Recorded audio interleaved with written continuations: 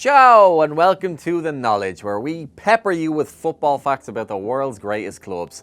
This week, we talk about the old lady herself. No, not my mum, but Juventus. Let's get started.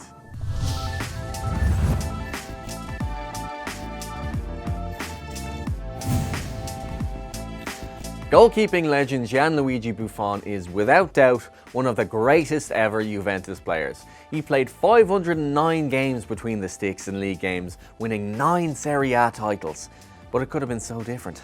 When he signed for Parma as a 13-year-old in 1991, he actually played in midfield. However, he was so fixated by the heroics of Cameroon keeper Thomas Nkono at the World Cup in 1990, he fancied having a go in goals. He's never forgotten his inspiration to switch playing positions. When his first son was born, he named him Louis Thomas after the Cameroon #1. Thomas Nkono personally phoned him to congratulate him when he heard the news.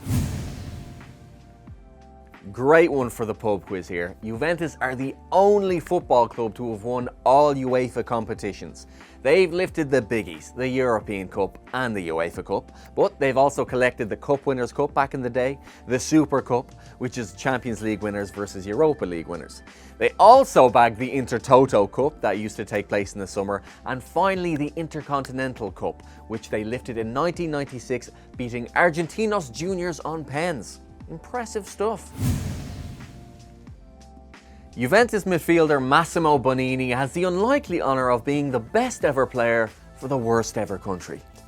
Let me explain. A Juventus legend who played alongside the likes of Platini and Rossi, he won a Cup Winners' Cup and the European Cup and featured for Italy as a youth. But his dream was always to play for San Marino.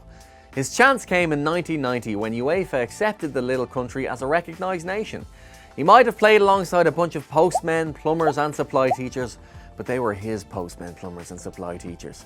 The score? A 4-0 home defeat to Switzerland. Was it really worth it? In 1903, Juve played in pink tops. Yuck. They got so faded after washing, they asked teammate John Savage if he knew anyone who could get them knock-off kits from England.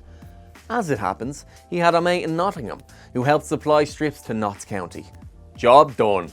Now, Juventus aren't the sort of club to forget these things.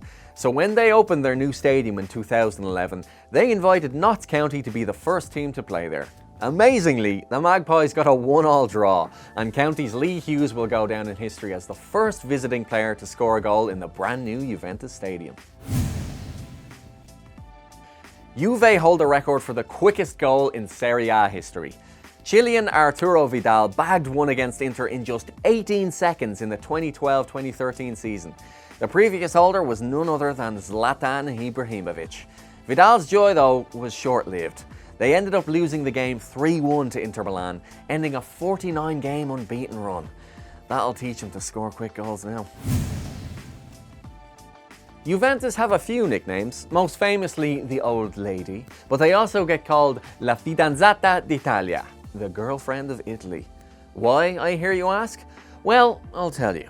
Unlike most clubs who garner huge amounts of local support, Juventus claim most of their fans from across the country, a bit like the Manchester United of Italy. They particularly have a large amount of fans from southern Italy who left their towns to travel north to work in the Fiat factories of the Juve-owning Agnelli family. Alex Ferguson doesn't look up to many people, but he idolised Marcello Lippi. And why wouldn't he? Lippi not only won 5 Serie A titles with Juventus and the Champions League, he also won a cheeky World Cup managing Italy. Fergie was desperate to share a red wine and have a chat with Lippi every time United played Juventus. But there was a problem. Lippi's English was terrible and Fergie can't speak Italian. In the end, the solution was simple. The two would sit down after these encounters, enjoy a glass of red and talk to each other in French. Who wouldn't want to be a fly in the wall for that? Très magnifique. Have you ever wondered why Juventus have 3 stars above their badge? It's for 3 European Cup wins, surely. That is the wrong answer, I'm afraid. It's not the same as other European clubs. Each star represents 10 Serie A titles. I don't need Rachel Riley to tell you that's 30 titles. They've actually got 35, but they need another 5 before they get that 4th star. Rounding up is cheating. Should Juventus play in green? Well, maybe they should, because they're a pretty environmentally friendly bunch. Their stadium produces all the energy it needs using solar power captured through photovoltaic panels, or big shiny things on the roof as they're better known. On top of that, all the old concrete from the Stadio dell'Alpi was crushed down and reused to make the fixtures and fittings for the new ground. You need to up your game, Forest Green. And I feel it's my duty to end on an Irish fact about Juventus, so here goes. Liam Brady remains the only Irish signing for the Turin club when he left Arsenal for £500,000, or 1 week's wages for Alexis Sanchez, in 1980. He stayed for 2 seasons and helped them win 2 Serie A titles, but he'll be best remembered for his final game in his second season. The final match of the season was against Catanzaro and it was a must-win for Juve. Brady had already been told he was going to be replaced by oily French wonder kid Michel Platini in the summer when he stepped up to take the penalty. He could have missed it and put 2 fingers up to the bosses who would turn their backs on him. But he slotted it away, effectively winning the title for Juve. God bless you, Liam, doing it for Ireland. Thanks very much for watching this episode of The Knowledge. Do us a favour and hit that subscribe button down below so you don't miss any future episodes. You never know, you might learn something that'll help you win next week's pub quiz.